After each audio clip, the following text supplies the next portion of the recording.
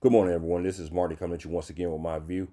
Now, I want to talk about Bernie Sanders this morning. And I know Bernie Sanders have a lot of supporters out there, a lot of people who loves him and love his ideals. Now, I love his ideals also. I love Medicare for all. I love if we can find a way to get rid of student debt. I love those things. But the problem is this right here. There's a lot of people on the right who don't love those things. And you'll have to understand when you have big ideals like that, the right is not going to go along with you. They're not. They don't care if people have Medicare. The right don't. They don't care if students are bogged down in debt. They don't care about those things. So I believe Bernie will have to come up with some kind of compromise to get his ideals to pass Congress. And that's why I am at this point in time saying I feel like Bernie is not right for the Democratic nominee. He's not. His ideals are too extreme for the right. And y'all have to understand, yes, you have an agenda if you're president. You have something that you want to put forth to get passed. But on the other side of that coin is Congress. You have to come up some kind of way to please Congress to get those ideals passed.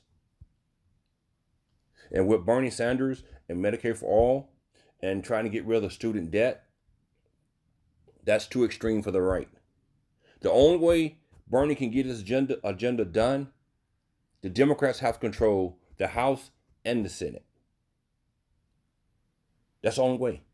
If Bernie Sanders would to win this year president election, he would need the Senate to flip to the Democrats and the House to remain in Democrat control to have any kind of chance to get his agenda through Congress. If that don't happen, his agenda would fail from day one. And in my view, I believe that the Senate would not flip to the Democrats. It would not. The House would stay Democratic, but the Senate would not flip to the Democrat. So by me knowing that or thinking that, Bernie is not the right person to be president. We need a moderate Democrat to sit in the Oval Office this year, to be elected to the Oval Office this year. That's what we need. I love Bernie. I love his ideals. But you have to be realistic about his chances of getting his agenda through Congress. They're very, very slim if you have a divided Congress. It's very slim. It's even slim if you have Democrats in control of the House and the Senate. And the reason why, because you still would need a lot of Republicans to join you in the Senate, especially to pass these bills. So if Bernie continues to say the things he's saying and he continues to stay far, far to the left, I could not vote for Bernie. Even though I like his ideals, I cannot vote for him because they could not pass Congress. We need somebody who can get things done.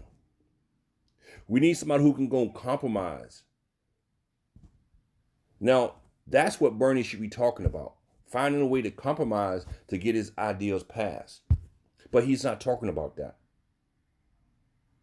He's telling the people that he's going to get it done. But he's not.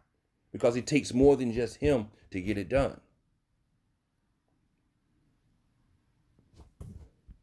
I think we need a middle of the road person. We need a moderate.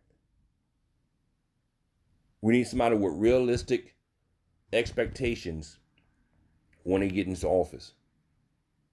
We don't need to just put out things like Medicare for all or eliminating student debt. Because we all know if you really follow politics, and if you really, really follow politics, you know it's not that simple. It's not. So that's my view on Bernie Sanders.